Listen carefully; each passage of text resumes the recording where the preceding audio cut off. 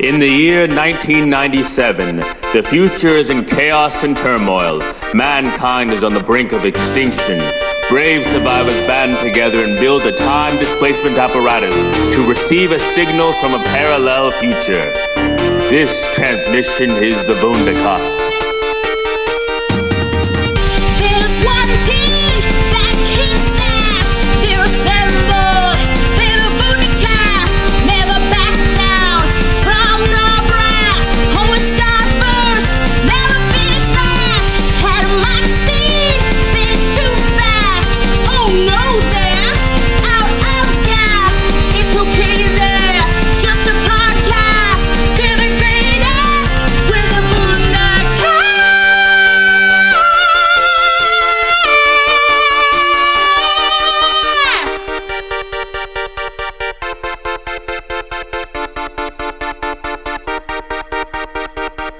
Welcome to the BATCAT, the bleakest podcast in all of Gotham City. I am your host, Bat Steven. You sound like the son of, what's that guy snap into a Slim Jim? Macho Man Randy Savage. Yes! My father was slain by Spider-Man. And now I got you for 3 minutes. 3 minutes! 3 minutes of playtime. So I'm your host, Steven. This is the BATCAT. Wow! With me today is my most beloved It's kind of like, co-host. it's kind of like you're doing this episode, and it's kind of like in The Dark Knight Rises, when Batman, like, disappeared for, like, a year, and then just appeared mysteriously again. His knees were fucked. And, and he's emotional damage, and his knees are messed up, and he's tired, but he's gotta go on because he feels like he has something to say, and that's this episode right here. Hi, I'm Dani. That is the co-host, the cohortress herself, Danielle. And yeah, I always thought it was weird as like a writing point. Like they had to like show that he was weaker, so they were like his knees are fucked. But I'm like, how much basketball did Batman play in these 8 years? You know? Well, he lands on a lot of rooftops, Yeah. so his knees are shot. You know, that's actually one of the things I liked about The Dark Knight Rises is that that's a realistic injury for someone who is essentially on a level a form of paratrooper. Uh-huh. Like he leaps out of things and lands on stuff. Paratroopers' knees get messed up. Like they just crunch, like just like gravel in there after a while because of like you're not meant to land hard, do superhero landings all the time, like, you know, while you're trying to like just exist. Yeah, I like my Batman with good knees. I like my good-kneed Batman. With like 2 years into crime fighting Batman knees. My firm statement is all Batmans are good. I don't believe in bad Batmans. So that's where I'm at with this podcast. Careful, you tempt fate. We're gonna get the Timothée Chalamet Batman one day. You're gonna be like, no. That's fine. If Timothée. Timothée Chalamet is a good Batman for whatever 14-year-old girl or boy needs to see him, then that's all right. Then he's their Batman, and I will appreciate it. We're gonna get YouTube celebrity Batman one day. You think? Oh, please, no. That's okay. That's going too far. I don't want to hear that nonsense. I don't hear that negativity in my life. That's Thespians negative. only, like That's Ben negative. Affleck. That's negative. So today, obviously, we're gonna talk about The Dark Knight Rises. The Dark Knight Rises or the Batman? I'm kidding, because we started off Dark Knight Rises. So let's just go. We're talking about Batman in general, and that usually leads... I mean, Of course. we're talking about the Batman in specific, and that usually leads to Batman in general. So I brought up the Dark Knight Rises. And there's been so many Batmans, it's only natural to compare one Batman to other Batmans. So today we're talking about the Batman 2022, the Battinson. Technically 2021. The Battinson, as people call him. Yes. What do you think's a better nickname, Battinson or Batfleck? I think they're both pretty good. They're both pretty awful. So. They're both pretty terrible. Like, they're both, like, things that feel like insults even when they're used as compliments. Like, hey, Battinson. Yeah, hey, but Batfleck. I feel like people are using Battinson in more No one ever reverencing. called Christian Bale, hey, Chris Bat. Well, no one ever called Michael Keaton Michael Batcool. Like, no one ever. I don't know why. It started because of Ben Affleck, because people were so like, huh? Like, they were so perplexed at the idea that he would play Batman. He's dating Batman now. It's got to be Batfleck. But it's so funny because, like, before Ben Affleck, no one was saying that. No one was saying that there were no one naming them these things. You know what I just realized now as you were speaking? What? That because Ben Affleck is no longer with Jennifer Garner, we're never going to see the Elektra Daredevil, the next movie. No, never. We're never going to see them reunited on cinematic no, you mean screen. not them, but like you could have the current Daredevil. I mean them. Like if Kevin Feige, why would we want that? was gonna do like a Spider-Man No Way Home with Daredevil. Oh, you mean with okay. You know? Yeah. How hard is it to get these two It's not hard. divorced people It's to not sign hard. up for They money? they co-parent. Okay. That chick's doing fucking Capital One credit card but they're commercials. not gonna be having. She's doing Capital One credit card commercials. But they're not gonna want to do a happily ever after. They listen. Actually, excuse me. They could absolutely do a happily ever after. You know why? Because for some inexplicable reason, in all of these films, once you get married, I mean, they're already sexless enough as it is. But once you get married, that's it. You never touch each other on screen again, unless one of you is dying, a la Pepper and Tony. Okay. Like legit. The problem with doing multiple Daredevils is that they can't really see each other and be like, "Wow, you're me." Oh my god! Only one man can flip like me. That's problematic. I don't. How is that problematic? That's a problematic joke. That's a problematic joke. It's based in reality. It's somehow, somewhere, someone's gonna get mad about that joke. Ben Affleck's Daredevil would literally have to fight him in the rain. They just have to meet them in the rain. Exactly. It's not a big deal. They're like fine. It's not a big deal. It rains a lot. Don't discredit them. Yo, okay, I'm hyped. I'm one who wants to see it. What's so funny to me is that you're like, oh, they could do a Far From Home Daredevil, but there's only been 2 Daredevils, and like, it's not like Spider-Man. They could do a mad cool multiverse Batman story, like with like all the Batmans. Well, all you need is one more Daredevil. So Val. all you have to do is make a new Daredevil, and boom, you have 3 Daredevils. Val couldn't do it anymore, but like, unfortunately, poor Val. But like, George could do it. Clooney would be. Michael could do it. Michael's already halfway there. Michael's gonna do it. He's gonna do it. They could do Rob. They could do Ben. They could do Christian Bale. But Christian Bale might not be into it, but he'll try. Christian Bale costs too much money to do it. He'll do it for the right amount of money. Like, I'll do it for a yacht. Do you think Tobey Maguire was cheap? No, but I'm just saying. Tobey Maguire's has not won. Has he won? He's been up for Tobey Oscars. Maguire has been up for Oscars. Okay. Thank you very much. I'm taking back Don't before insult Toby. Insult poor. What do they call him? The preacher Spider-Man. Oh, the Sunday school teacher. Sunday school teacher Spider-Man. The cool preacher Spider-Man. Yeah. Anyway, Batman.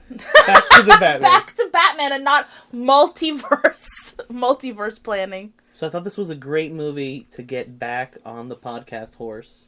And talk shit because on a microphone. We're both such huge The Batman fans. I am a very large Batman fan since childhood. There's photographic evidence of my love of Batman. Yeah, she's one of the few little girls who demanded Batman birthday cakes. I'm sure I'm not like... No, you're not like... I'm not like... It's not just me. You're not a unicorn, but yeah. You are still a Batman. I was a very big Batman fan. I wanted a Batman birthday cake when I was a kid. And I got one. And there's a picture somewhere. I don't know if that picture exists anymore, but I remember the picture. I think it might be in Trinidad, actually, if it exists. So we shall see. The plot thickens. And I think it's very exciting to get a new Batman movie that gets to exist in its own universe and isn't tethered to the Snyderverse, the decisions of Oh yeah, Zack Snyder. I really don't care who I piss off after the Snyderverse. Oh shit, she's coming out, guns out. No, I'm just gonna say this. I am exhausted by the Snyderverse.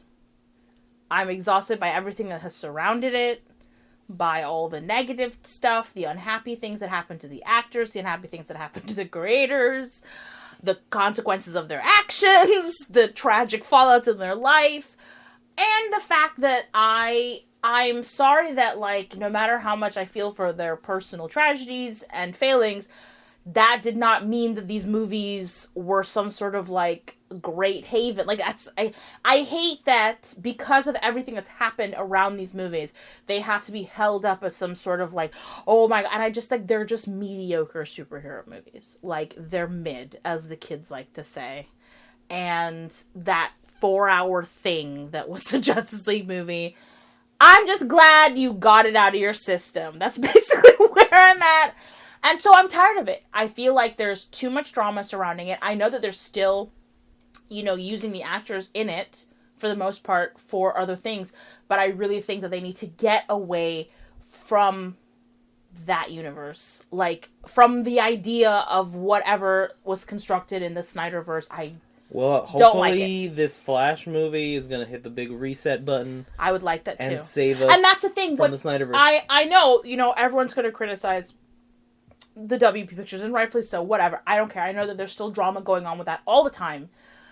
But, yeah, like, there's no choice at this point but to reset. Because there's just too much. It's a toxic hole. It's a negative workplace. It's a toxic workplace. And I think that if you want to see these characters again and not be completely obsessed about the behind-the-scenes drama, you need to press a reset button on them. Like, so though DC behind the scenes is much like Gotham City. Exactly. Okay. It's corrupt. It's a mess. It is. But there are people trying to do fun things with it. Whatever. I think that, WB Studios has always had this problem. They're always playing catch-up to Marvel. Marvel has perfected the formula. This isn't about good or bad. Like, I'm not even, like, this is not even talking about the movies. I'm just talking about, in general, like, the messiness of trying to do this. And I'm kind of hoping that maybe they've learned their lesson. Is like, now we just gotta kind of, like, do things or, like, put stuff together. If they reset and our Pats is the new Batman with the new Barry in a different universe or whatever, I don't know, then okay. Like, then he is. Then he isn't. I don't know.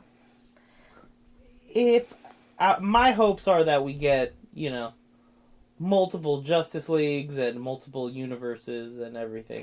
I think it's always been... stories can flow freely. That's the thing, is it's always kind of seemed to be DC's bag, that they never tried to have... when they were doing all the animated stuff, they never tried to have, like, one cohesive thing. Like, I don't know, I guess... The Bruce Timm universe, definitely. They kept it going, but they never felt beholden to the past. Canon. Yeah. They always wanted to just, like, push it forward and evolve it, you know what I mean? And make it better. And the thing, too, is that I think that that's something that you need to focus on, because look at Marvel now. Marvel, literally, in order to move forward, has to basically blow everything up that they've been doing, and have 80 million new multiverses so that they can have all kinds of new exciting characters come in and do different things, because they are, like, off this path now with the Avengers. They have to restart everything and to change everything up. You know what I mean?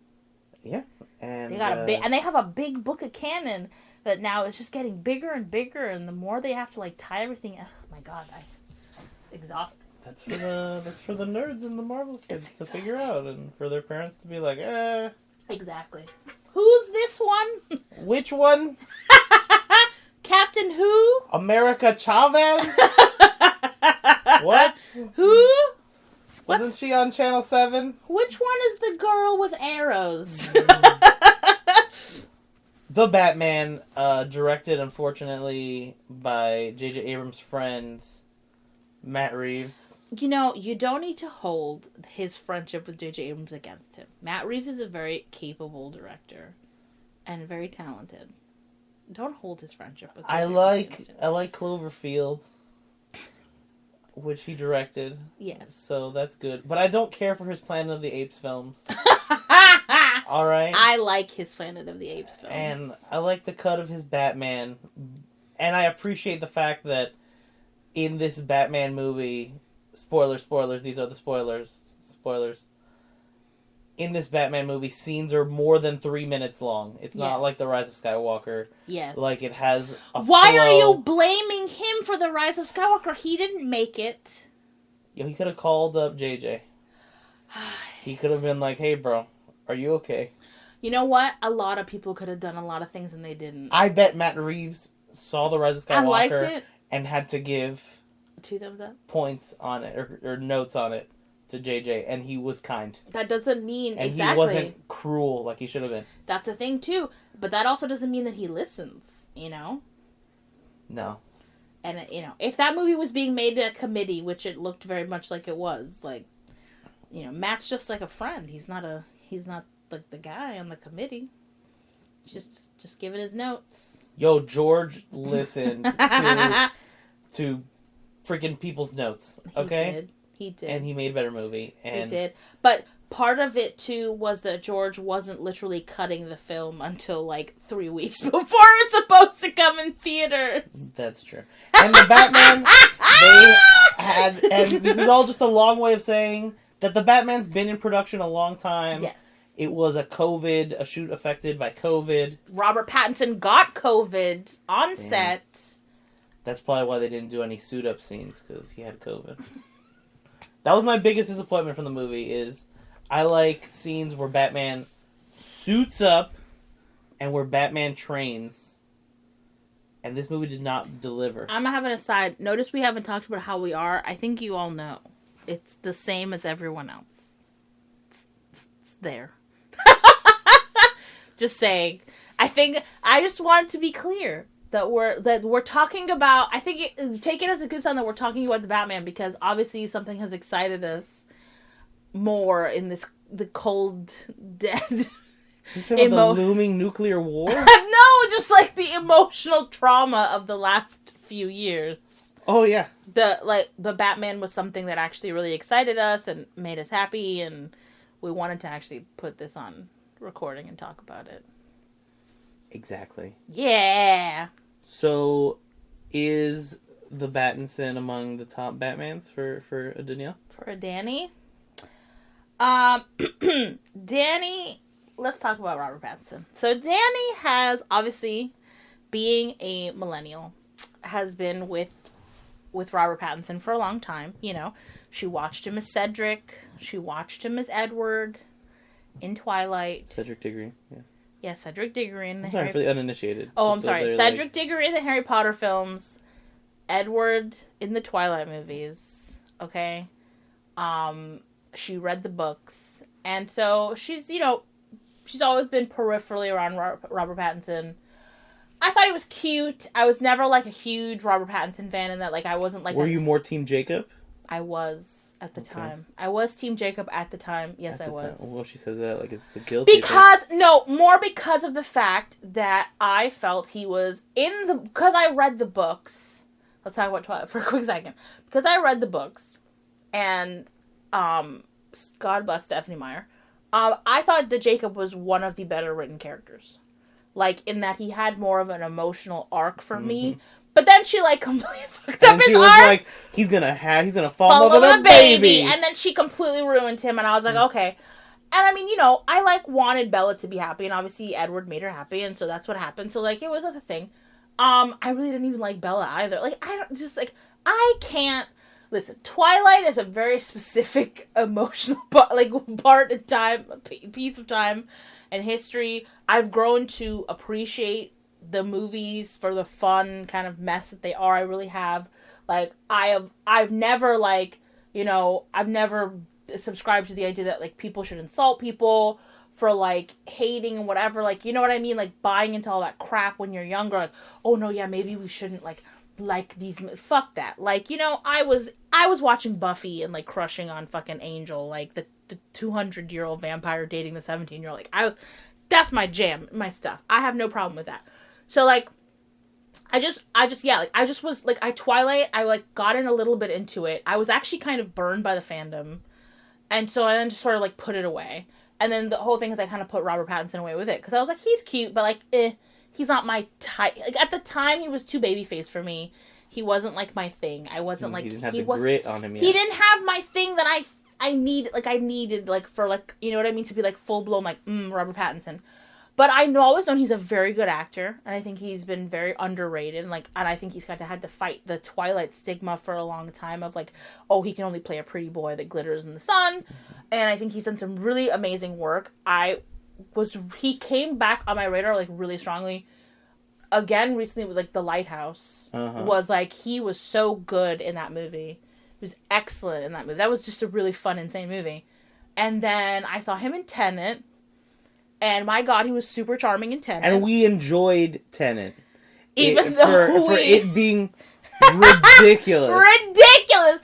Oh, man, it's a bad movie. It's not a great movie. Like, I mean, it's complicated. Because it's like, there's like a thing in it that's good, but then there's also a lot in it that's really ridiculous. And I think that it takes itself very seriously. Mm-hmm. But then you're like, does it?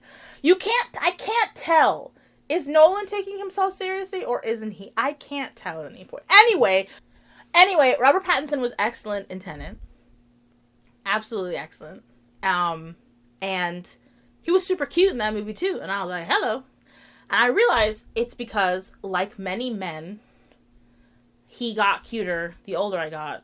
Like, we're about the same age. And I just, sometimes just like... But he aged into being hotter. He has. He's completely aged into being hotter for me. More my thing. I think that he's grown into his face. He has grown into his face. Like, his face was at one point, like... Yes, he has grown into his face. Very, very, like, you know, chiseled. Danny's always been into older men. Like, when I was younger, I was always into 30-year-olds. Even though they were like, you know, and now that I've grown, and now that I am in my 30s, all the men in their 30s are, like, so hot to me. So, like, I haven't, like, aged up to now I only find 50-year-olds hot. No. Like, I find the 50-year-olds hot when I was, like, younger and they were in their 30s. I still find them attractive because I always found them attractive. But for me now, the crop of, like, 30, like, millennial actors and like, 40 or elder millennials, like, these are my jam actors. And so I think for me, Robert Pattinson aged, like, as I have aged, he has aged well. And, like, you know what I mean? And so now it's like, yeah. So, like, watching him in the Batman has done things to me. Never been so enthralled by Robert Pattinson in my life. So it sounds like he's a good Batman. I know that was a very long diatribe about why Robert Pattinson's hot, but yeah, he's really hot as fucking Batman. And I think that's the thing too. It's like, for me, Batman is a really important... Like, I love Batman. Like, Batman is my favorite DC superhero. I like his thing. I like his shtick.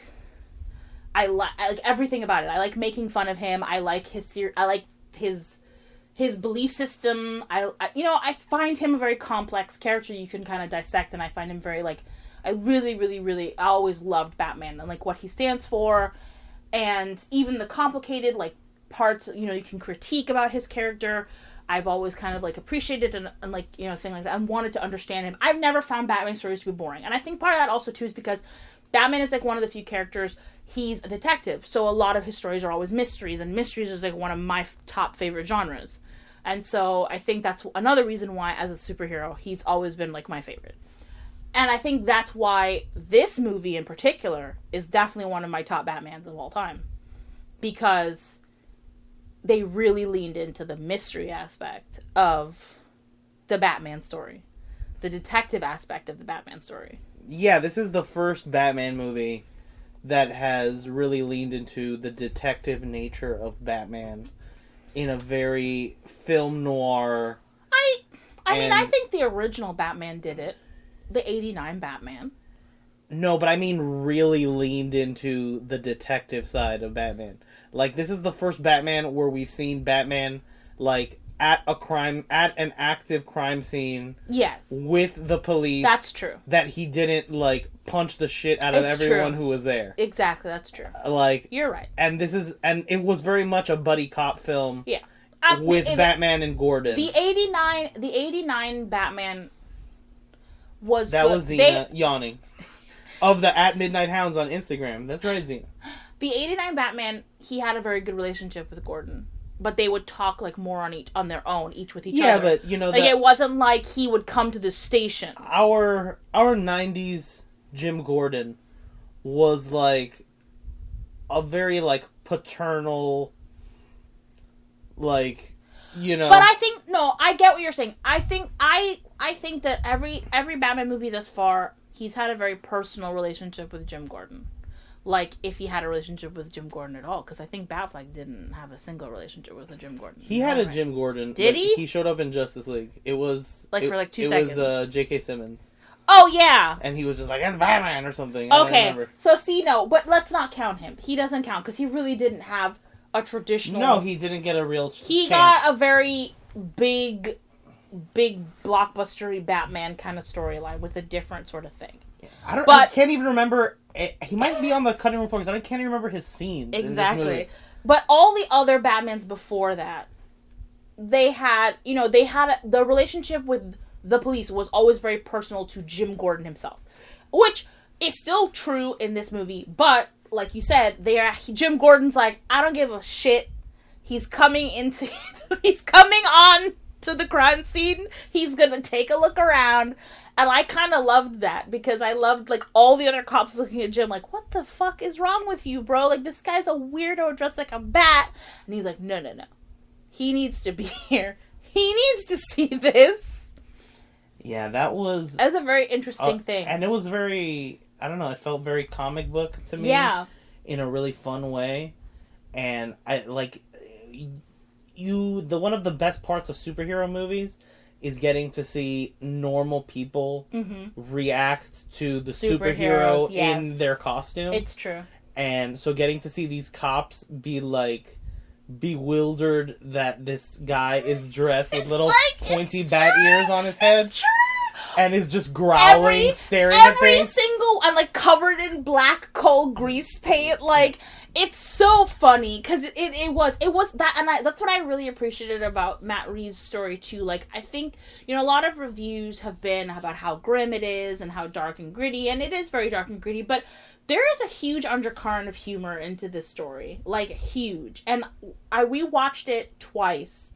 We watched it the first time in 2D, and then we watched it the second time in 4DX, so we could talk briefly about that experience. But, yeah, like, there is such an undercurrent of humor in the story. It's not, it's a very obvious, like, it's not a very obvious, like, you have to pay attention to the way that people talk to each other and look at each other, and, like, it's great. Because it's true. It's like the comedy is all there in the cops looking at Jim like he's an absolute weirdo for bringing this, like, fucking bat dude to a murder scene. And, like, people getting angry about it. Like, you're making this a clown show. Who the fuck is this guy? This is the mayor's corpse. This is the mayor's corpse. There's a fucking dude dressed like a bat here. What's the matter with you? What I really loved about it, though, what I really loved about this movie in so many ways is the way that Matt, or the writing, in general, the creation of the story, was able to use all those things as both humor and also a way to explain characters. So, like, Batman being Jim Gordon's, like, right-hand man or, like, friend immediately separates Jim from everyone else, from all the other police. Mm-hmm. And it's a clue in the story. It may not even be a clue to Jim himself yet, but he subconsciously recognizes that he knows something isn't right with his police department. He knows something isn't right. And that's why it's like he trusts this fucking weird Psycho. dude in a bat suit over everyone else around him. You know what I mean? And I think, and like, a lot of times, like, that isn't so clear in the story. A lot of times it's just Jim Gordon thinks Batman's a good man. He helped Jim Gordon. He saved his life, or he saved his family's life. And so, he knows he's a good dude. But, like, in this story, I mean, maybe there's that history in the past 2 years, but we don't know that when we're coming into the story. All we know is what we know now. And what we know now is Jim trusts this man dressed as a Feels bat like he has to vouch for him. over the entire GCPD, and it tells something about his character, that he is different from all these other cops, and that as the story progresses and you don't really know who's dirty and who's not dirty, it's a way to consistently establish that Jim is not dirty, because he already sort of was like moving away from, you know, business as usual with the rest of the police department. And Jeffrey Wright was superb as Jim Gordon. Yes. I love the fact that Jeffrey Wright and Robert Pattinson were basically in a growl off the entire movie. Like the sequence in the police department where they're like Whispering fake arguing to each other, and they're like, really? Who's just like, it's just two dudes growling at each other. I think definitely the casting of this movie was really excellent, and there was this sort of 70s undercurrent vibe to sort of every character that I think was really fun. There was a lot more character actors in this blockbuster film than I have seen in many other blockbuster films, like of recent. You know what I mean? Like, yeah, it's a pretty people parade. Not to say these people aren't pretty. I'm just saying, like, but it's usually in superhero movies, it's like a pretty people parade. And I appreciate that, like, they got people that were, like, they're not just a pretty people parade. Yeah. I think I really love the scenes where, like, Batman takes off his mask and we get to see the black eye makeup on. Oh, my God. And him looking like he's in My Chemical Romance. My teenage spirit. You know, like, my teenage spirit. My biggest... Okay, Ewan McGregor, when he was younger, when he was in his 30s, and I had huge crushes on him because he was in Moulin Rouge, but he also was, like, a rocker. And, like, I will never forget, like, he would wear, like, eyeliner on the red carpet, and I wanted to die. I was, like, men in eyeliner, that was, like, one of my things. I fucking Note to loved self, it. get eyeliner.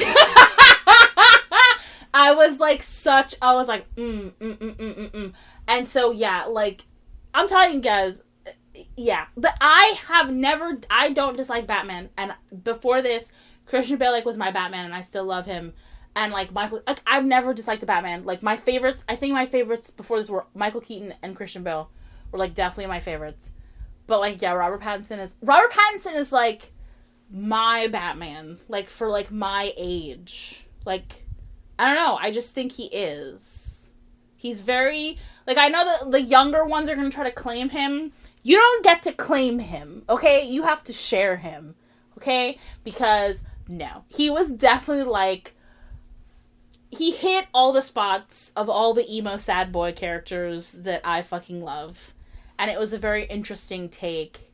Which I know for some people was a critique, because they felt like he was more Batman than he was Bruce Wayne. But I think that that's, like, unfair. Because I think that for a very specific moment in time. Is showing that Bruce Wayne is all he's got is Batman. Like, yeah. That's all he really cares about having. If they do sequels, which we hope they do sequels, I hope they do sequels, I'm sure we'll see a Bruce Wayne that leans a little bit more into the Bruce Wayne persona. A public persona of some sort. Of some kind. Which I think he recognizes he needs to do. Mm-hmm. Especially now that there's a new mayor in town. But yeah, but, like, this is exactly, like, this is a Bruce Wayne who is sad and lonely, and his parents are dead, and he has nothing. And he lives in a Victorian tower. And he lives in a Victorian Gothic tower with his middle-aged butler. And he likes to ride around motorcycles all day. In the rain. With black face paint on. And driving through cemeteries. The one woman he's attracted to is a cat burglar whose father only wears black leather. And her father is, like, the head of the mob. Like, he's got issues, man. Which that's straight out of the comics. Oh, it is? Yeah, that was in a twist? storyline that Selena thinks Falcone's her dad, but can't prove it. Was that a Miller Batman? No. Okay, yeah. It's I think it's in the 90s. Oh, okay. They're mixing a lot of, like, they're... No, they mixed and matched from, like, definitely several different Batman stories, like The Long Halloween and Hush. Which I also And, really liked, too. Like, you know, there's Easter eggs for a lot of different Batman stories. There is, in yeah. this. Catwoman, there's been, you know, some of the greatest actresses of our time have done Catwoman. have played Catwoman. Yep. And it's I would argue it's almost bigger shoes to fill than Batman in a way. I agree. Because you have to embody her, you know, physically than Batman. Batman. Like Batman is a very physical role, but I feel like that suit really helps. Yeah. And I feel like with Catwoman, it's a fucking, like, bodysuit. You know what I mean? Put on bodysuits for a lot of things. But there's no, especially in recent times, they've gone away from giving her the cat face and giving her sort of like the hint of the cat face. Because I guess it's totally normal for the dude to put on bat ears, but it's really weird for a girl to put cat ears on. No, if she Like- comes back, and she better come back with a cat cowl. Yeah, like, Okay? but you get what I'm saying? Like, that's something that annoys me, and that's Nolan's fault, because it's like, they were, like, so, I don't know what it was. I don't know if it was, like, after Halle Berry's Catwoman, they got gun shy about, like, fucking putting her in a cat But suit. Halle Berry's didn't even get a full cowl. It just got, like, a little face mask. But it doesn't matter. She still got, got cat ears. Yes. I'm saying, after that, when they brought Catwoman back with Anne Hathaway, her cat ears were literally her Goggles. her goggles pointed up, which was very clever and very cute. But again, I say, why is it okay for Batman to have big old stupid bat ears and Catwoman? No. A fridge too There's far. only room for one crazy person in this movie, and it's Batman. And it's Bruce Wayne wearing a fucking bat cowl. Only rich people would be this extravagant. Exactly. So I hope that she takes from him and, like, gets a dang cat. Like, please, can we embrace Catwoman actually wearing a cat, like, suit, like a helmet? But anyway, the point is, though, Catwoman's physicality is so specific. Like Batman is, like, man, Hulk, big, strong, tough, like, brr, brr, brr, brr, brr. You know what I mean? But, like, Catwoman has an extremely specific way of walking, of moving her body, of, like, interacting with Batman. It is difficult. It's a very difficult role. And especially since all the girls have to do it in heels. You know what I mean? I do. I think it's a huge challenge. And I'm just going to say, like, I hate the fact that every time a new Bat movie comes out, they're always, like, the comparisons are like, ugh, but no, I don't like that shit at all. I think every person who's played Catwoman has been absolutely fantastic, including Anne Hathaway. And Including Halle Berry? Yes. Including Halle Berry. I think the consequences of her story, of the movie, is far more about the movie writing and production itself than it is about Halle Berry. I think Halle Berry did an excellent job as Catwoman. I do. I think she was funny, and I think she was campy, and I don't think there's anything wrong with that. I think that if you hate that, I think that movie is not good because of the writing of the story. Yeah. Like, I don't think it has anything to do with the Halle actors. Berry. Sure. I don't. I'm sorry, I don't. And that's my opinion, and that's that on that. And I don't care. Sure. And no other actress will probably ever be Storm and Catwoman. Mm-hmm. So, they can never take that from her. Exactly. They can never take that from her. Unless they call Zoe Kravitz up. No! Bitch, that's mine! Kill you! No, they should... No, if they're gonna do Storm, they need to cast a darker-skinned Aurora Monroe. Like, it's time to actually cast someone, like, darker-skinned. Like... Yo, they need to cast an African. Come on. Let's get someone who can actually have an African accent. Actress. That would be really great if they did that. Yeah, that would actually be fantastic to do that, too. A darker-skinned African actress. Anyway, like, so yeah. So, like, I have never... again, I'm telling you, like, I love Batman, and I love his universe. I love his villains. There is only one Batman-affiliated movie I have not watched, and it is the Joker movie, because I think that is garbage, and I think that is trash, and I will not talk about that fucking stupid movie. Fuck that dumb movie. That's right! Cancel me all you want. I don't care. I will not watch a movie. I will not treat the Joker like he is a goddamn superhero. I don't care. And I'm super glad you guys got, like, this fucking... dancing staircase jubilee out of it and all that shit. Boom. I literally don't care. I will not watch it. I would not watch a movie called Riddler. I would not watch, I'd watch a movie called Riddler. Good for you. I'd watch a movie called Riddler. I would not watch a Riddler movie without Batman. I would not watch a Riddler movie without Batman. I would not watch a Poison Ivy movie. I wouldn't do it. I wouldn't do it. I wouldn't do it. I'm saying it wouldn't be that fun. I know some people are like, oh, but you watch a Harley Quinn movie without Batman. That's because Harley Quinn has been established in other stories outside of Batman. She has the Suicide Squad and things like that. The Joker is, no. I don't like it. I don't care. I don't care if it's irrational. I don't have to explain myself to anybody. I don't freaking like it. And I don't like people calling Todd what's-his-name a genius for writing whatever that was. Like, I don't care. I rebuke it. I rebuke it. What's his name? Todd what? What's the name of the guy? Todd what? Phillips? That one. Maybe. Whatever. That guy. I rebuke. I rebuke it. Is it Todd? Is it Todd? Is it Todd? It's Todd. It sounds... You talk about Batman or I'll look it up. Todd? So, I really liked this Catwoman, and my only critique of her is that I would have liked to have seen her interact with the Riddler, since she was in the movie with the Riddler. Phillips, you were right.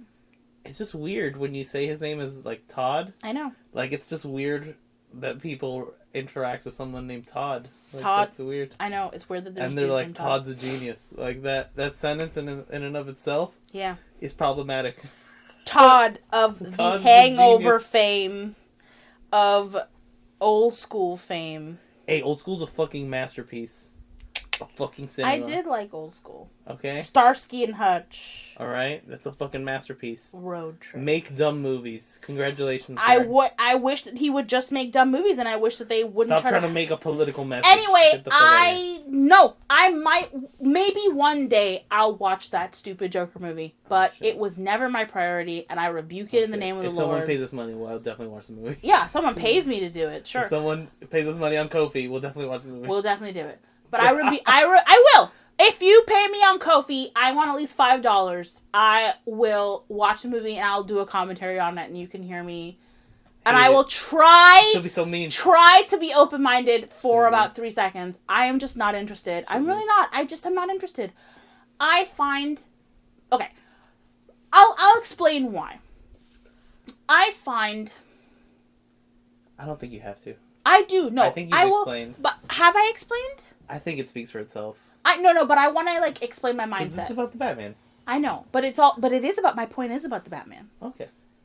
I find, for instance, this movie and, the Nolan movies have been called very dark and very bleak and very gritty. But I always feel that no matter what, there is an element of hope in all Batman stories. The thing about Batman is no matter how imperfect he is, you can talk about propaganda, you can talk about all the kind of critiques of him, how he judges who's a criminal and who's not a criminal. You can talk about all that. But there's things about Batman that always, get to me. And the one thing is that he truly does believe the world can be a better place. He doesn't kill people because he believes that people can get better. Even people like the Joker. You know what I mean? And a lot of people can go, oh, that's just because he's a crazy asshole and he needs him, and if he didn't have him. You can argue with psychology all day. I truly believe that the core of it, it's because Batman believes that people can change. And if people can't change, then his life, there's no hope for him. Exactly. There's no hope for, transforming his pain into something meaningful. So to me, the Joker without the Batman is just too depressing. It's just too bleak. It's literally the absence of hope. And if you want to watch a movie like that, knock yourself out. I am not against bleak movies. I have watched some extremely bleak, actually artistic movies, okay? Made by, art directors and not the guy who did the Hangover movies, okay? Damn. If you want to watch that movie, I have no problem with that. I don't care. You do your thing. You love it. You have it. You get it. All you want. For me, that movie is unnecessary. It exists in an unnecessary space for me. I don't need to see a world where a man is worn down and then goes insane and then becomes a psycho. But yet he belongs to a storyline where there is somebody, on the other side that's maybe he can change. I don't want to see it. I don't want to see it. I just don't want to see it. I think it's just the thing. For me, the Joker with the Batman is more interesting than the Joker without the Batman. So, seamless transition. What did you think of the Joker tease / cameo of him as another prisoner already in Arkham, and that already has a gang of people out there that are interested and are fans of him, apparently? First, I was confused for a second, and I thought it was Jared Leto. Okay. so the voice threw you off? The voice threw me off. I now know that it's Barry Keoghan from The Eternals, who I really loved as his character in The Eternals, that I can't remember his name. Thank you, Droog. I really liked him. What's the ship name? Drukari and Droog. Yeah, I was very into them, and I'm very into him as an actor. He's very charming, so I'm excited to see his Joker. I think that's a very good match. 2, I don't know about his face. It looks like he has that really the new comic scarred up face kind of thing. It's like a craggly face. I just whatever. I don't know. They need to do that. Do whatever you want. I don't care anymore. I'm so over it. That's the other problem too, is I also feel like the Joker's become kind of boring. There are other villains to focus on, which is why I was so excited for them to focus on the Riddler in the story, because there are other villains to focus on. I feel like the Joker gets boring because for whatever reason there's this weird boner that dudes have, cishet men have for the Joker, to make him as I don't know, there's a weird psychological thing they have, a boner for him. And I think that makes him kind of boring. I'm hoping that if Matt Reeves does the Joker, he explores him in a different way. Because I just feel like there's a weird, boring, boner for him that I don't like anymore. I want to see different villains doing interesting things. Can someone attempt Poison Ivy again? The Joker... Can someone have the balls? Let's do a Poison Ivy. Let's do Court of Owls. Let's do fucking Mr. Freeze again. Come on. Well, that's my problem. Well, okay, let me talk about the Joker, and then we'll get to other Batman villains. I didn't like his laugh, and I think that's the most important part of the Joker, is having a good laugh. And I hope his laugh is better if he's in another movie. And this is year 2. Yeah. Right? So Harvey Dent could be in play if the Maroni trials already happened, because that's the trial where Harvey Dent gets hideously scarred by Batman. So I think the best way to approach the Joker is to use him sparingly, but whenever you use him, he makes a huge impact. Yes. And I would like if these movies, as opposed to other comic book movies that are kind of you get one villain per movie. Yeah. Let this be the Batman universe. Let's see as many Batman villains as possible. And as long as it's handled well. Yeah, as long as it's handled well. And from what I've seen, you can handle many villains very well in 3 hours. We saw Carmine Falcone. We saw the Penguin. We saw Catwoman. We saw Riddler. Yeah, no, he can do it. That's a lot of villains. It's true. He can do it. And I agree. That's what I'm saying. I think not having an origin stories for all these freaking people, it's done. We don't need to... That's the thing that I really appreciated about the story. It's done. We don't need to do it anymore. Okay? We don't need to have an origin story for these people anymore. It's been done to death. So, if they do bring in other villains, they've taken such a real-world approach to this universe. Yeah, how would they do how would they do Mr. Freeze? How would they do Clayface? It's interesting.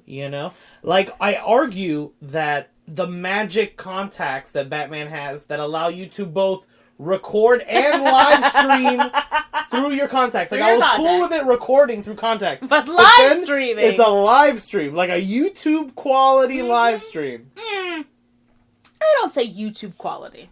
You saw that image. It was very red. It was very, grainy. It wasn't YouTube quality. If Batman started putting up YouTube videos of a first-person POV of him punching people in the face, he'd get that would get so many views. That's true. You could fund all the orphanages of the world. Yeah, or he could just use his billions of dollars to do that. Or just your money. Yeah, sure. Or just all your riches. Yeah, I agree. I will say, that's something that you have to think about limiting in scope. But, like, for instance, I think that's always kind of the danger, too, in, like, having a grounded Batman. It's, like, or any grounded superhero, like, where's the magic? There's an element. Yeah. Like, right now, Marvel's the most interesting it's been in years because of all the magic. For me. Mm-hmm. I want to see magicians doing magic things. I want to see Scarlet Witch and Doctor Strange. I want to see dimensions casting spells. I want to see all that shit. That's what I want to see. I'm tired of watching fucking a dude building a robot suit. Like, I'm sick of it. I'm over it. Like, so yeah, like, it's kind of like Batman. People need him. For some reason, audiences really like him, like, being grounded. Like, Batman could just appear out of the shadows at any moment and be like, ooh, there's Batman. I mean, for me... Come on, Elon, let's do it. Listen, for me, I would very much appreciate if Robert Pattinson Batman came out of the shadows and talked to me. That's fan fiction. That's not reality. Anyway. That was one of my favorite parts about the movie, is Batman just stomping into places. Yeah. And people having to just be like, oh crap, here comes Batman. Oh crap, here comes Batman. I know, I love that. But, like, yeah, I will say, I agree with you. There's sort of like how are they going to handle it? But I kind of hope that they're willing to lean a little bit into magic. Even if the magic is, like, weird science. You know what I mean? Like, you can do, like, weird science in a sort of grounded-ish way. You could do stuff like that. But, like, for instance, everyone and their mom is trying to convince themselves that when he injected himself at the end of the movie... That it was just adrenaline. And not venom. I saw it like Bane. In 40x 4K. It was bright fucking green. Okay? I don't know what adrenaline looks like that. I don't give a shit. That was for me, it's sort of hilarious to me that, like, everything else in the movie is, like, a fucking clue, right? But then him specifically injecting a bright green substance into his leg and going, like, Popeye, you know what I mean? The Sailor Man for a second. Isn't like... It's spinach juice. Isn't a clue that maybe he's encountered Bane. And that Bane is just a jacked up dude on Venom steroid testosterone. Like, you know what I mean? Like, I don't get it. Like, I don't understand... Like, I don't understand why, like, that is not a clue. Why there are people dying on the hill, like, it's just adrenaline. It's not venom. It's kind of sad, because it kind of feels like they're insisting that that's the thing. That's the pitfall of it being so grounded in reality that they don't even want to imagine the weird science aspect of, like, the stories. Because that's a lot of what Batman's villains are. Like, a lot of Batman villains, his rogues gallery, are science projects gone wrong. Like, Poison Ivy was trying to do stuff with plants, and then she got poison in her mouth, and then, Poison Ivy, and then Clayface was, like, trying to, like, what are they, trying to regenerate something, trying to heal, and then they turned him into... I go by the animated series where he's just an actor who got too much... That's right, too much face putty, yeah. And morphed his body because it was, like, toxic or whatever. Yeah. But it was like, chemicals. And then the Mad Hatter has cards that turn you into a zombie for him. You know what I mean? And the Joker fell into a vat of chemicals and, like, turned into chemical guy. Like, Mr. Freeze fell into a lot of ice and became ice guy. Ice guy. Like, that's not magic. That's weird science. I don't see why that can't be a part of the stories. I would very much like it and hope that they would be willing to do that. And then I also hope that Robert Pattinson would be willing to do it. Because he seems like he's up for it. Like, I don't know. I would be really turned on if at the start of the next movie, Batman's walking through a crime scene, and we, the audience, understand that this crime scene is the birth of some supervillain. Yeah. And Batman has to figure it out. Yeah. Like, that would be so cool. Would be really neat. That would be really neat. And, which is kind of like what this movie was, too. But, like... No, but I mean, like, in in a origin story way. Yeah. You know what I mean? Like, this movie, Riddler's already But not from the perspective of the villain, from the perspective of Batman. So instead of it being an origin story where, like, you're seeing the POV of the villain, it's like a mystery. He's got to solve it. He's got to figure out who it is and what they're doing. Yeah, it would be cool. It would be interesting. I don't know.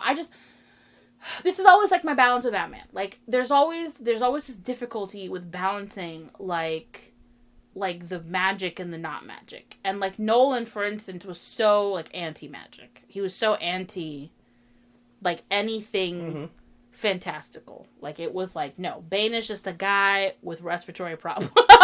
Like, there's no Lazarus pits, you know, he's dead. There's a hole, prison. It's just a prison hole. You know, like, everyone... The Joker's just a guy who stabbed people with pencils. Who has he's just a psychopath with a funny smile.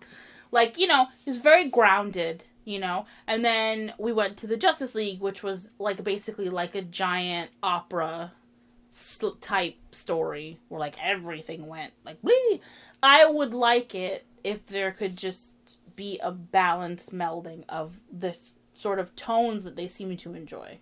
Which is a grounded-ish Batman, but, like, he's still in a city that looks like Gotham. Like, Gotham looks... a comic book. It looks like a comic book. And, like, even... That's the thing. In this movie specifically, the sets and the production design was so comic booky. Like, so comic booky. Just because they made it dark, it didn't... Like, you know what I mean? Like, the club that the Penguin was in, and, like... all those things, like Bruce Wayne's house and apartment, like the bank, like all those places were extremely gothic, extremely comic book style. Like you could see it in actually a lot of influence. I thought it was Batman the Animated Series. You could see a lot of that kind of style, which I really appreciated. So I kind of hope that they're willing to like mix that in it, like. Just do it. Just come on. Just have a guy, like, weird science. Let's go. I just want to see some shit. It's cool. Are you as thirsty for the Riddler as some others became? For Zodiac Killer? No. / Saw. I get it.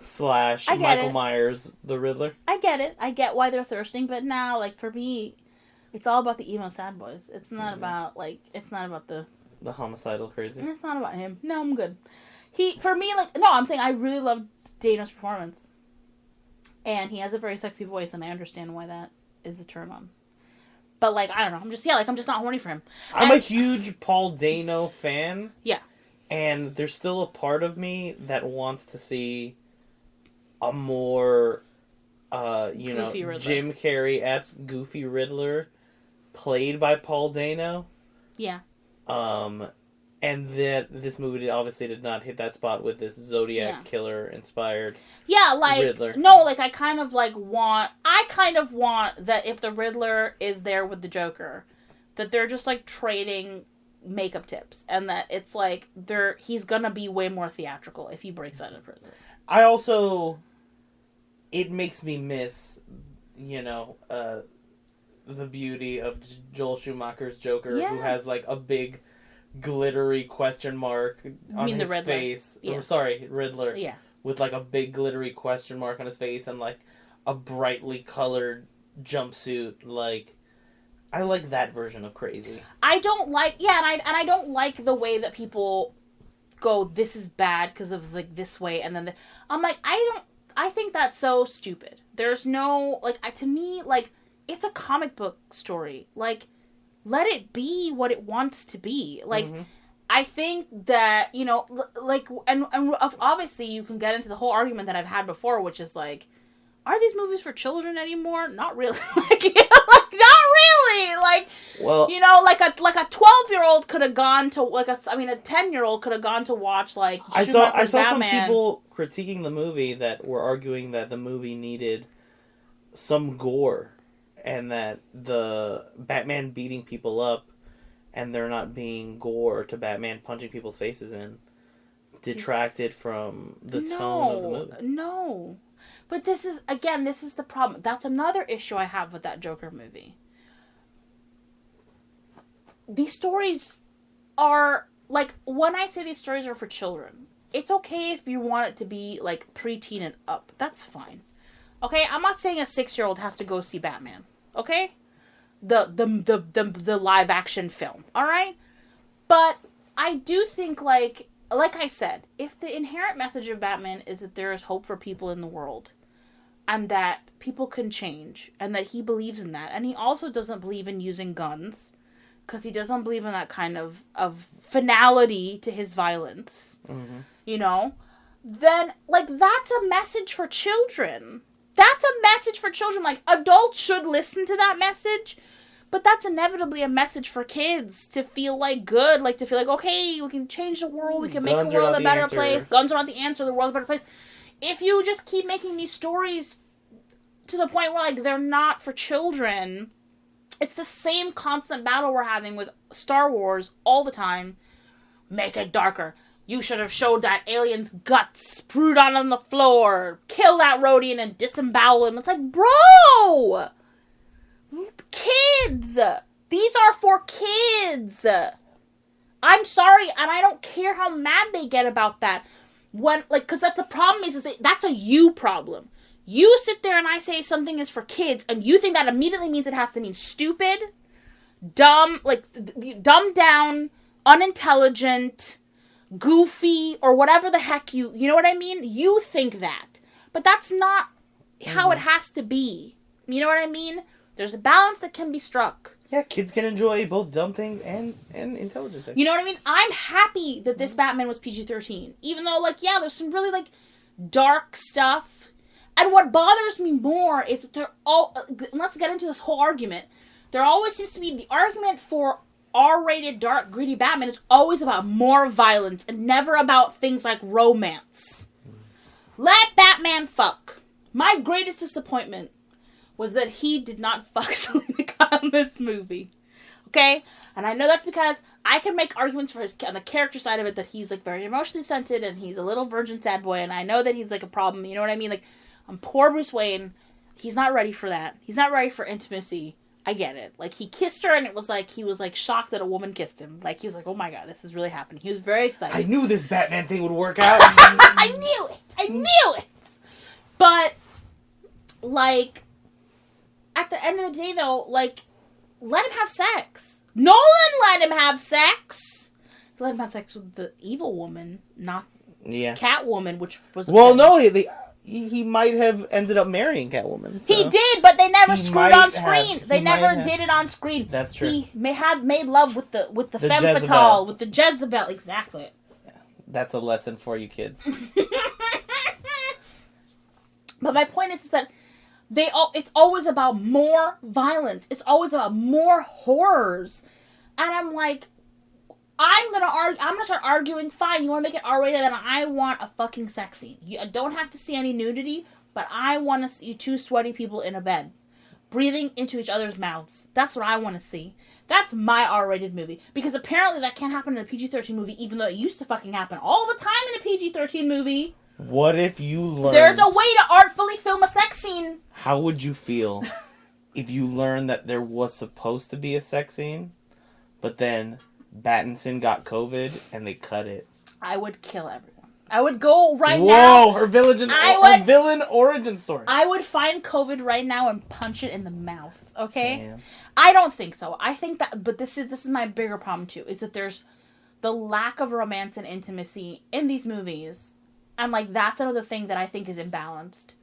Which is what I will appreciate that this movie was far hornier than the other Batmans have been. Even The Dark Knight Rises, where Anne Hathaway was doing her best, but I still think there was just so much going on in that movie that it was really hard.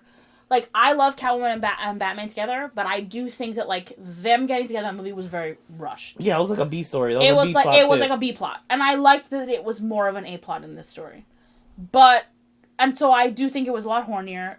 For me, if you understand the tropes, that moment when he grabs her, to protect her from the cop, and she just has that, and this is a credit to Zoe and Robert's acting, which is super good.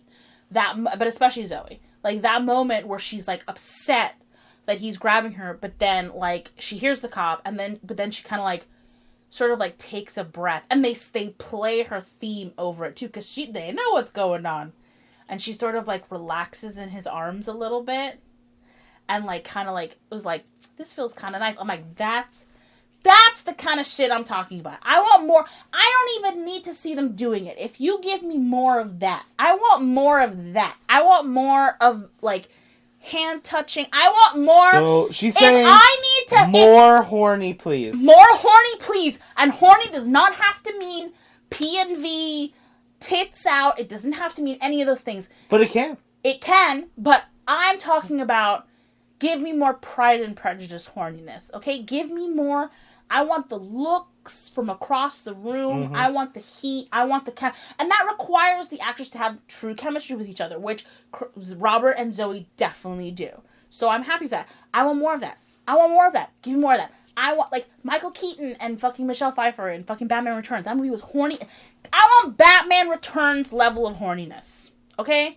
I want that. I want Catwoman licking Batman in the face and him reaching out to taste it because it's like, delicious. And then when you watch it in 4DX, 4DX licks you in the face. Exactly.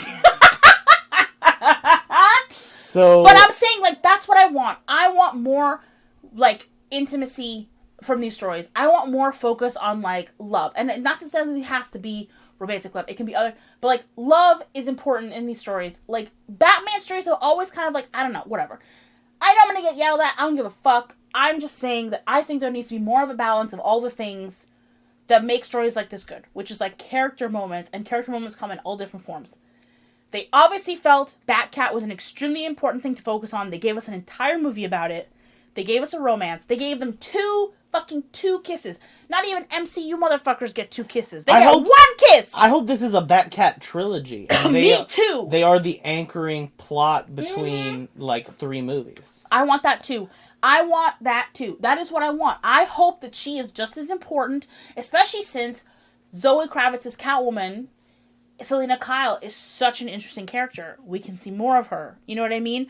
We've never gotten to see enough of Catwoman. She's always featured in one and done movies. You know what I mean? This is a great opportunity to really focus on Selena in an arc. Mm-hmm. Just like you focus on Bruce in an arc.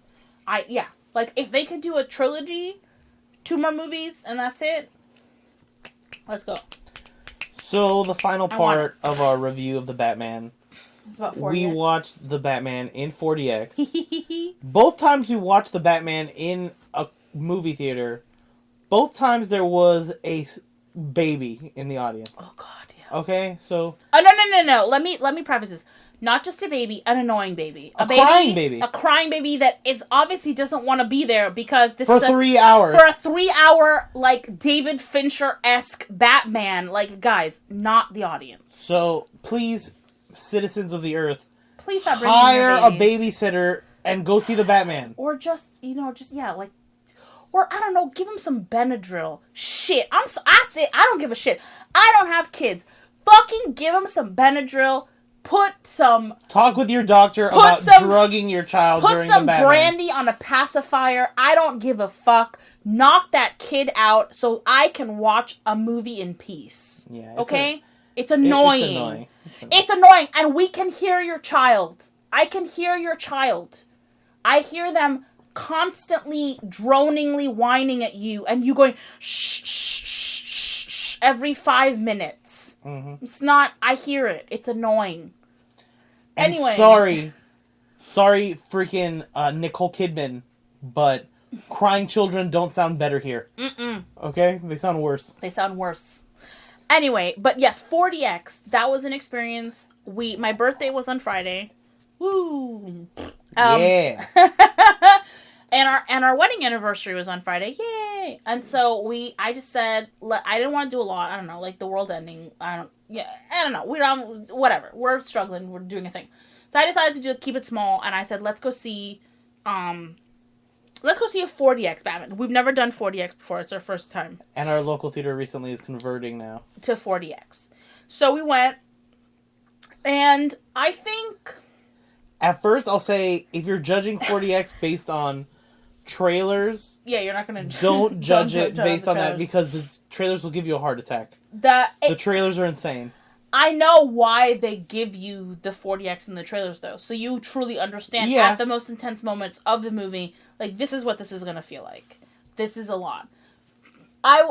We did it, and I really don't need to do it again. I think that's all. I think I'm going to say that. Yeah, it was a little shocking to me that, like, they would think that I want to be punched by Batman. So every time Batman punches someone. So that's the thing. It's like, I know that 4DX is this sort of like new idea of like, how can we make people interested in coming to the movies and spending money? But like, I don't know, maybe we're it's just not our bag. I think you have to be a very specific kind of audience, and I don't want to be critical of people who like it, but I don't know. Steven, about like 2 minutes in, was like, this isn't cinema. Like in this very pretentious, affronted tone. I just could feel Martin Scorsese on my shoulder. Yeah. Being like, what are you doing But here, I don't know. I Steven? think I'm going to have to agree with him. To me, this is not cinema. If 40X is for you, what you like is a video game. What you like is a theme park ride. Like, you're interested in LARPing the movie almost in this very weird way. And I'm not going to knock that for you. If that's what you enjoy, that's what you enjoy. But if you do not enjoy LARPing the film, and look, we were not the only person there that I think this was their first time there. Like, when the trailer started, the entire audience Nervous bust out laughter. in giggles. Like, nervously worried, are we going to fall out of our chairs? Yeah. There's wind blowing on us. It's just the jostling of your chair is sometimes as intense as a car accident. As a minor car accident, yes! And that's... That includes the moment in the film where there is a car chase and someone rams Batman from behind, and it kind of felt like I needed to pull out my insurance card. I was like, what's happening here? Yeah, and then also there's like, your seat has like a vibrational thing to it that's almost like a massage chair. But this isn't being done in a massage way. No. It's being used to, like, build tension and fear, which is the opposite of a massage at certain points. It's like an anti-massage. Yeah. It's definitely, like, if you get motion sickness, do not do this at all. Like, if you do not want to be jostled around for 3 hours, if you have any health issues, mobility, don't do this. Like, don't do it. Don't even be curious about it. I promise you it's not worth it. You're going to want your money back. Yeah. Like, don't risk injury Don't risk injury for this. Don't spend an extra $20 on this. But if it's your thing, I will say, during the car chase scene, it was very exciting and very thrilling, but it was, like, basically also extremely distracting. Like, you're trying to get into the film, and it's like the scene, like that's me being jerked around. That's why I do my sound effects without it. Exactly. I don't need it doesn't take it to like another level. It just makes you now a participant, and it makes you worried about Batman's health. You're like, Batman, do you have whiplash? Like, are you all right, bro? Like, because you're just like, you're jerking around, and you can't help yourself. You start laughing. Like, for me, I was like, thank God I'm not the only one, because I felt like a bad audience member, because I was like being like, fuck, shit, like laughing because I'm being jiggled around. Because it is like a theme park ride. It's also like, for me, I'm not a small-breasted woman, so I could almost see someone with an OnlyFans, if you want to hook up a camera, like a night vision camera, and watch one of these movies like this, you can get some views off of this, because my titties were jangling. My titties were like, boo, boo, boo, boo. They were about to punch me in the face. Savannah Solo, get on this. Let's go. I'm just telling you, if you got an OnlyFans, I have a content idea for you. Strap a camera to your titties and watch a film, because those boobies be jiggling. Like, it was up. I was self-conscious. Like, the lady next to me, I looked over, I was like, I hope she doesn't notice my 4D titties. XXX. My titties were just like... So maybe that's why it's a good date night thing, I guess. You know, like, you get on a date. Yeah, and there was moments where we, titties like, out. braced each other to, like, react, you know? I was, like, gripping his leg, because, like... So, in that way, I think that, you know, if it's an experience that you are able to do, and you want to try it once, I'd say yes. But again, this is not something that's going to become a regular part of my movie viewing habits. Like, I'm not going to be like, 40X, let's go. No, especially not for a movie I haven't already seen. Thank God we'd already seen it. I would have been so distracted to have seen this movie the first time. Yeah, and follow the plot, yeah. Maybe we should try it with a movie. Maybe we should try it one more time, but with a movie we haven't seen, to see how that feels. Like, I don't know. I don't even know how I want to do that. Like, I don't know. My point is that 40X is a gimmick. It's a fun gimmick, but very much a gimmick. And the most and I don't need it. ridiculous thing is there's like a fog machine in the middle of the screen Yes! that just like lets out a fog fart. I thought it was gonna be on the sides, like you know, like building up, kind of like smoke. But no, it's like right in the middle. Just looks like, and then your and vision, you feel the hiss of the your smoke. vision's obscured from the screen. You for a can't second. watch the movie because there's smoke in the way. I don't understand. Then there's like strobe lights on the side, like when there's gunshots, like strobes, and I'm like, I don't need that. I don't need that. Like, I don't need that. Yeah, I think the surround sound's good enough, guys. Yeah, I really do too. Surround sound and big screen equal the experience we want. Yeah, I agree. I like just going into for me. I would rather pay extra for you to keep a baby out of the cinema. Yes, actually, Okay? no. That's what's kind of funny to me. Like for me, my audience.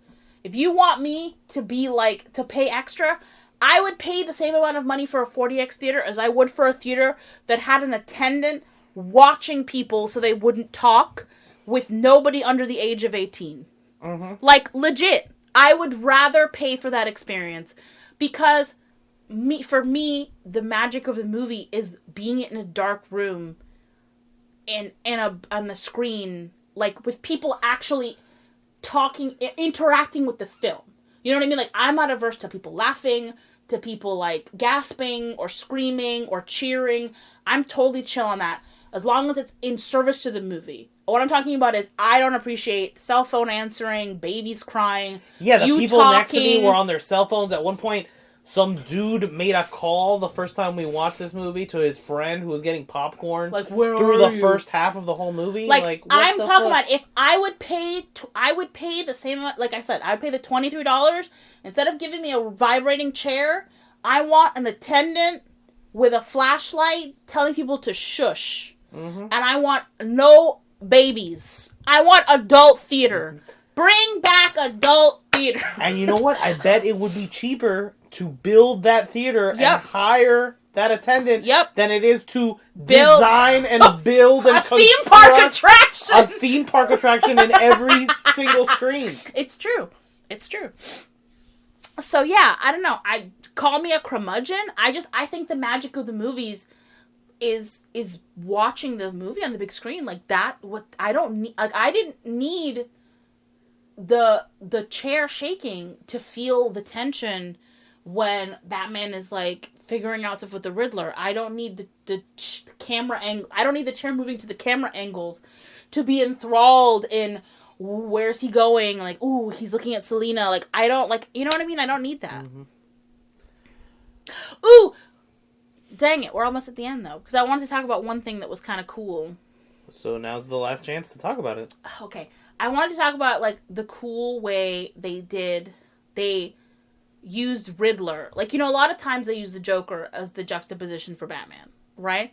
But this time they used the Riddler. Oh, as a foil. As a foil, yes. and as a juxtap, and the way that they juxtaposed. They're both orphans. They're very similar behaviors. No, yeah, they're both orphans, and then the voyeurism specifically. Like, I thought it was so brilliant the way that they showed two scenes with these characters, both of them looking into windows. But one felt so inherently sinister through the execution of it, and one felt like not sinister, like not really sinister at all. Like, it's still, I mean, like, voyeurism is still like, oh, it's, he's still being a stalker. He's still being a stalker, but I don't know. It's like you can, the way, especially the camera angles and everything, like, they just really brilliantly were able to show you the difference in their character intentions just through the way they filmed it. Like, I guess with the Riddler, they enhanced his breathing, so when he's like watching the mayor, his breathing's much heavier. It's more like raspy. It's more like it's more creepy and slow. And with Batman, it's like less so, and you get more the dripping of the rain. So it's almost kind of like, you know, like tears, like and emo. Like yeah. It's more like, you know, and it's his breathing's a lot softer. And then also too what he chooses to focus on, you know, he chooses to focus on like them talking to each other and them being sad versus like, you know, even when he like sees her changing, It's like there's not like a thing where it's kind of like he's slowly, up and down. I don't know. It's just different. It's still like it's still like meant to kind of be like these are both weird guys doing stuff in the dark, but it's also like then it all depends on like what you do, like the line, yeah. The line that you take. I mean, like, that's the truth of the matter is that if you're gonna argue about a line, the line's already there. Like, you shouldn't be looking at people's windows. Like, you've already broken the line. You're already like, but like, it's then how he chooses to approach it in the next steps. You know what I mean? And then the way he interacts with Selena, like the sign of trust that he gives her by giving her back the passport, by like talking to her. You know what I mean? It's interesting. I really liked that. I really liked that they sort of like, they really kind of were like, if one of them was this guy and one of them was this guy, you'd be very upset this guy came to your house, but this guy, you might be like, oh my god, look, it's Batman. Like, it's like, like, I liked that. I really liked that. I really enjoyed that. And I also enjoyed the way that, like, it's like the Riddler could see Bruce Wayne in Batman, but not. Like, because the Batman persona, hold on, like, takes so much of Bruce Wayne over to, like, almost become a different person. But, like, it still has his hang-ups. I think this is an unclear question. Is in the it? movie, That does the Riddler know He that doesn't. Bruce is Batman? He doesn't. Because there's that moment at the beginning where he's like, Bruce Wayne. No, and you think for a second that the Riddler knows who Batman is. No. That's the point. Yeah. It's actually a red herring. The whole fear that Bruce has when they go to his apartment is that he unmasked, knows, yeah. and that the whole lead up has been to expose him, which is kind of a very like arrogant sort of way of thinking for him. Like but it makes sense because he's been literally a person who's that he wants to kill. No, exactly, and because of the hyper focus, but that's why that scene is really brilliant because he's trying very hard not to react to him saying Bruce Wayne. He's just waiting to see what's going to happen. And then it's all lead up to the fact that he hates Bruce Wayne because he's an orphan, but he had all this money and all this privilege. So like, even though he lost his parents, it doesn't matter to him. Yeah, he doesn't know the real pain. And and I really enjoyed that because but what's funny is it's like, but then he idolizes the Batman and he doesn't realize that they're the same person. The Batman is Bruce Wayne's pain manifest, and that he actually does identify with Bruce Wayne, but only like the crazy side of Bruce Wayne that wants to dress up like a bat and wreak vengeance upon people for his loss. And he thinks Bruce Wayne, the orphan, is just, oh no, he lost his parents, so fucking what? He'll cry about it, but he can cry about it in a Porsche. You know what I mean? I'm like, I get that, because on a level, he's not wrong. But on another level, I think it's like the pain of losing your parents is the pain of losing your parents. Especially when they're stolen from you. You know what I mean? And like, there's no money that makes up for that. And for Bruce, that's his biggest thing. It's like there's no money that makes up for that loss. Ever. Yeah. And for the Riddler, like, part of it his sadness isn't even about not having his parents. His sadness is about the fact that he lost his parents and then he was treated like dirt. And then he has to bear witness to all this tragedy. And then, that he has no escape from. And he has no escape from, and he has no control over. And the thing that's supposed to be the cure, this renewal, was corrupted. Is the thing that has been dooming everyone. And has been his torture and exactly. So like it's brilliant to see like this is how their pains manifest differently. You know what I mean? Like, and it's really fucked up that, this whole time he was trying to expose Carmine Falcone, and he was actually, working like Batman to stop crime in the city. Yep. Just he went beyond because Batman's... Because his end goal wasn't to stop... Ethics. His end goal isn't to stop crime. His end goal is to just destroy everything because it's hurt him. You know what I mean? Like, his end goal was to be vengeance. Yeah, exactly. To be total vengeance. And then... That's why it's so brilliant, because obviously in the end, Bruce learns he has to be more than that. And he says the very, like, metaphor of it. But anyway, that's, like, one thing I want to talk about that I really liked. I really loved the way that they put them against each other. And, like, yeah. Yeah, I really like the movie. I think for a 3-hour Batman movie, it is really great. And we have other Batman movies that are fun and different, and this is a different pace for Batman movies that I think is really, really awesome. And I want to see more of. Yeah, I agree.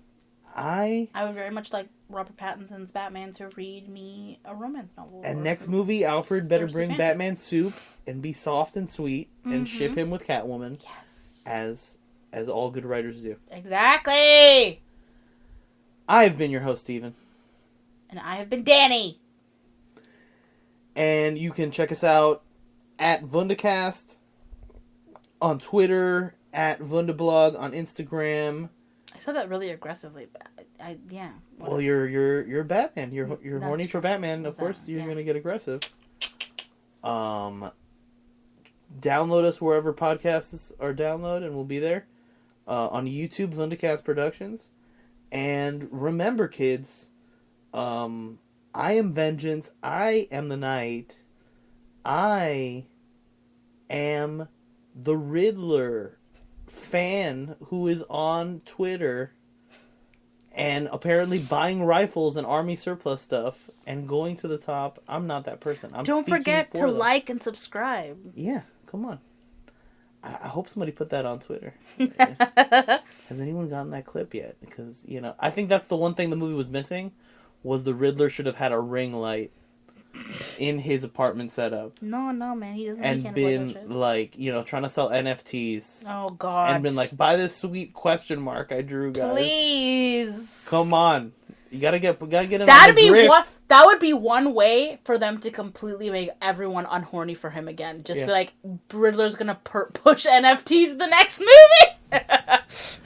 Look at this sweet question mark. This one's made of lasers. This question mark, if you look at it long enough, will make you smarter. Sponsor me on Bitcoin. Boom shakalaka. Hail Vunda. Hail Vunda. Wundercast? Give it up for Wundercast, man. What an adorable name. You're listening to the Vundacast. What's up, everybody? This is Jason David Frank, Green Ranger. You're listening to BATCAT.